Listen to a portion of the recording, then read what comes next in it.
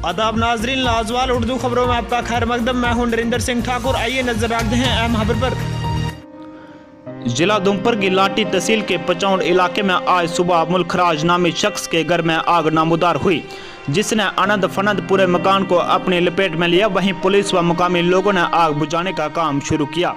ताहम आग की वजह से मकान मालिक मुल्खराज की मौत वाक़ हुई, जबकि मकान पूरा खाकिस्तान हुआ और मकान में रखे लाखों रुपए का सामान भी जलकर राख हो गया। पुलिस ने इस हवाले से मामला दर्ज करके तहकीकात शुरू कर दी है। ताहम आग लगने की वजह बिजली तारों में शॉर्ट सर्किट होने की वजह बताई जा रही है। वहीं नेशनल कॉन्फ्रेंस के लीडर राज कपूर ने मौके पर पहुंचकर आग लगने और इसमें जानी और माली नुकसान पर दुख का इजहार किया। साथ ही उन्होंने मुतासिरा कुंबे को माली इमदाद भी फराहम की। ब्यूरो रिपोर्ट उधमपुर से विनय शर्मा।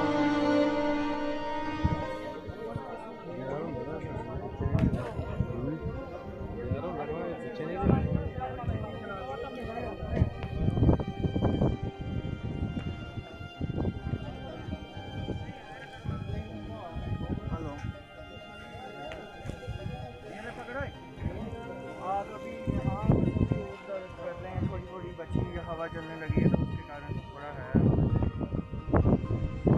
हाँ जी हाँ।